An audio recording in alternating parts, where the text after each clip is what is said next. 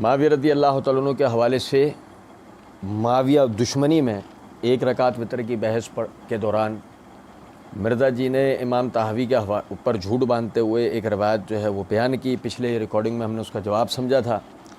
آگے علی الحسن نقوی صاحب ان سے سوال کرتے ہیں یہ طحاوی جو ہیں وہ ساروں کے امام ہیں یا خالی؟ تو مرزا جی نے فوراً کہا نہیں اہل سنت کے امام ہیں. علی الحسن نقوی کہنے لگے اہل حدیث بھی مانتے ہیں؟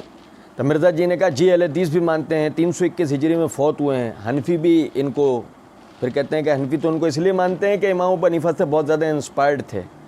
اچھا اب دیکھیں بات سمجھیے گا, میں کئی مرتبہ توجہ دلاتا ہوں کہ مرزا جی اہل سنت نہیں ہیں, ایک پکے رافضی ہیں.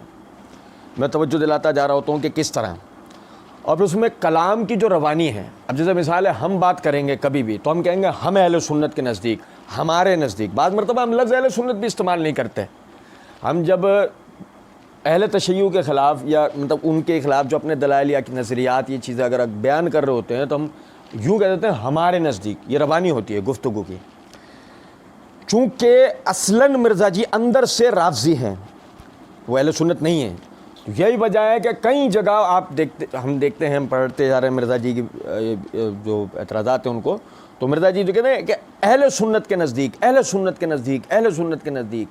بھئی کیوں اہل سنت کے نزدیک؟ آپ بولو ہمارے نزدیک. یہاں بھی یہ ہونا چاہیے تھا کہ جب علی الحسن نقوی نے کہا کہ یہ طحاوی جو ہیں وہ ساروں کے امام ہیں, تو مرزا جی نے کہا نہیں اہل سنت کے امام ہیں. نا آپ کہتے ہیں نہیں ہمارے امام.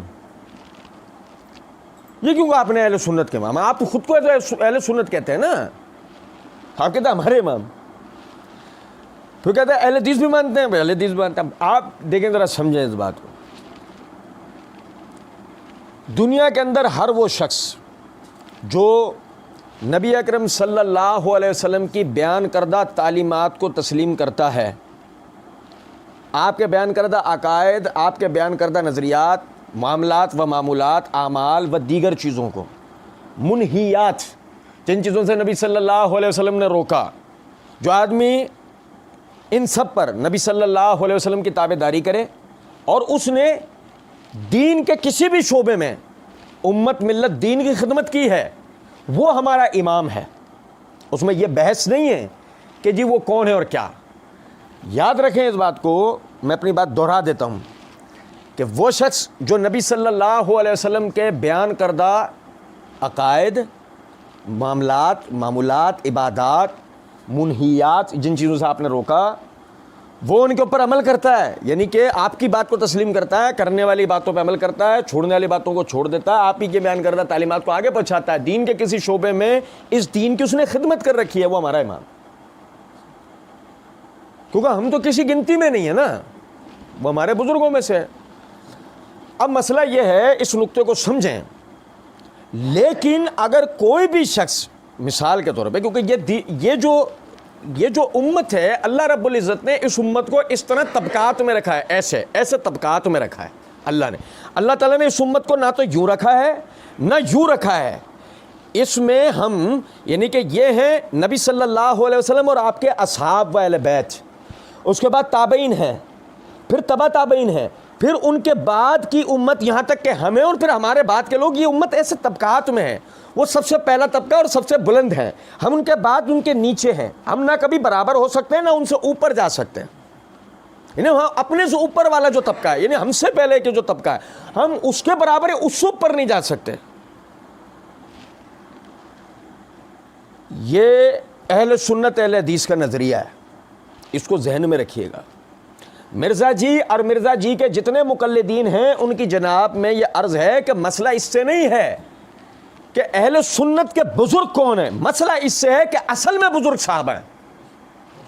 وہی میں نے طبقاتی تقسیم. اب اگر نیچے کا کوئی آدمی اوپر کے کسی آدمی پر ایسی کوئی بات کہہ دیتا ہے کہ جو نہ تو ان سے ثابت ہے نہ ہی ان کے وہ مزاج جو قرآن اور صحیح احادیث نے بیان کرے ہیں اس کے مطابق ہے, تو کوئی ہمیں کہے کہ اس وجہ سے مان لو کہ یہ اہل سنت ہے, سوال نہیں پیدا ہو سکتا.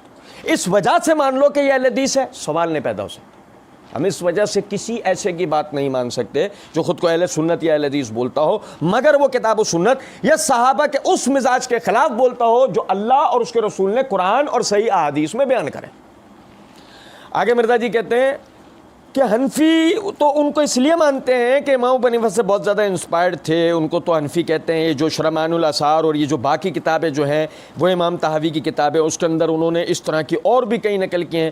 تو امام طحاوی کی کتاب، اور میں نے مسئلہ 130 فطر والے میں بتایا تھا۔ اچھا اب اس میں سمجھے ذرا بات، چونکہ مرزا صاحب نے اپنے لیے اسی ویڈیو میں ایک جگہ پر یہ بات کہہ رکھی ہے کہ پارٹ 1 کے اندر مجھے کہتے ہیں ننا مودودی، یہ الفاظ واپس لیں، آپ کہیں مودودی سے بڑا فتنہ عربی والا آزمائش بن گیا۔ مرزا جی نے خود کو فتنہ کہا ہے، تو مرزا جی چونکہ فتنہ نہ دیں تو مرزا جی کو چین نہیں ملے گا، تو مرزا جی نے یہاں بھی فتنہ وسوسہ ڈالا۔ کیا کہتے ہیں کہ جو وہ یہ جو شرح معانی الاثار اور یہ جو باقی کتابیں جو ہیں وہ امام طحاوی کی کتاب، اس کے اندر انہوں نے اس طرح کی اور بھی کئی روایات نقل کی۔ اس طرح کی کون سی؟ وہ جو ہم نے پچھلی ریکارڈنگ میں جس کے جواب کو سمجھایا۔ حالانکہ شرح معانی الاثار ہو یا دیگر کتاب ہو، تنقیص صحابہ پر امام طحاوی نے کہیں بھی کوئی روایت نقل نہیں کی، حتیٰ کہ یہ بھی جو روایت تھی اس کی حقیقت پچھلی ریکارڈنگ میں آپ بھائیوں کے سامنے رکھی ہے، ٹھیک ہے۔ امام طحاوی نے اس کی کوئی تصحیح نہیں کی، جیسے مرزا صاحب نے ان کے ذمے جھوٹی بات لگائی۔